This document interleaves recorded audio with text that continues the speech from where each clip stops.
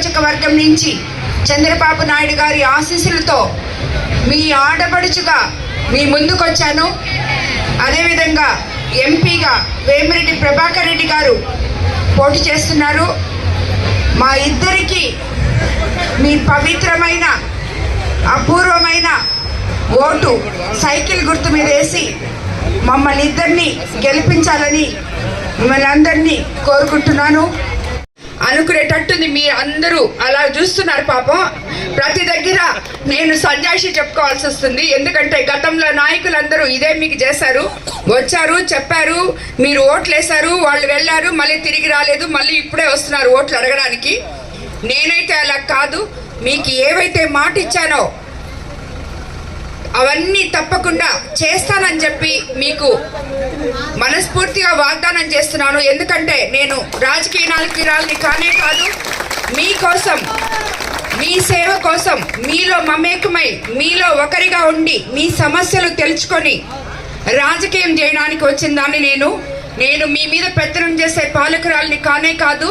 నేను కేవలం సేవకురాలిని, సేవ చేయాలనే ఇష్టంతో వచ్చిన దాన్ని. కాబట్టి ఎంత కష్టమైనా ఆ పనులన్నీ మీకు అందరికీ చేసి పెడతానని చెప్పి మీకు మాటిస్తున్నాను.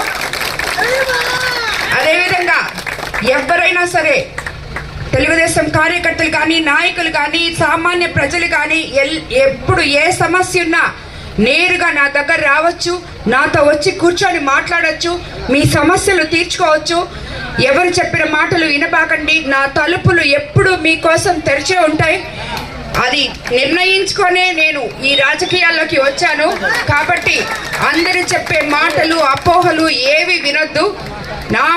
నాకు రాజకీయం అంటే కేవలం నాకు తెలిసింది ప్రజల్లోకి వచ్చి వాళ్ళ కష్టాలు తెలుసుకొని వాళ్ళకి ఏం కావాలో చేయడానికి మన సాయి శక్తులా కృషి చేయాలనేదే రాజకీయం అని నేను అనుకుంటాను. ఎందుకంటే ఈ రోజుట్లో రాజకీయ నాయకులకి ఇవన్నీ ఏమీ తెలియట్లేదు.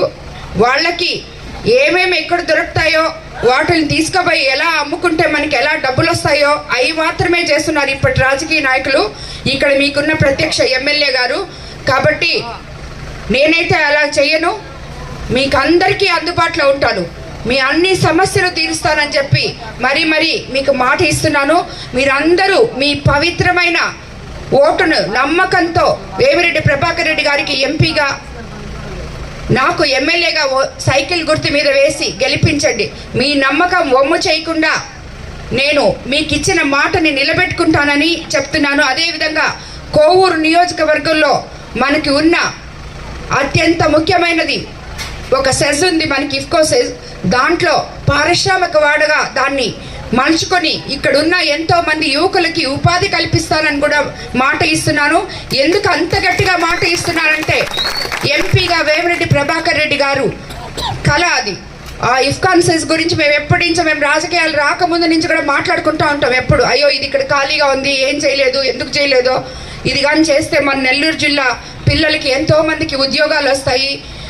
ఎంతోమంది ఇప్పుడు ఎవరైనా కానీ పిల్లలు ఎంతోమంది అనుకునేటట్టుంది. మీ అందరూ అలా చూస్తున్నారు. పాపం ప్రతి దగ్గర నేను సంజాయిషి చెప్పుకోవాల్సి వస్తుంది. ఎందుకంటే గతంలో నాయకులందరూ ఇదే మీకు చేశారు, వచ్చారు, చెప్పారు, మీరు ఓట్లు వేశారు, వాళ్ళు వెళ్ళారు, మళ్ళీ తిరిగి రాలేదు, మళ్ళీ ఇప్పుడే వస్తున్నారు ఓట్లు అడగడానికి. నేనైతే అలా కాదు.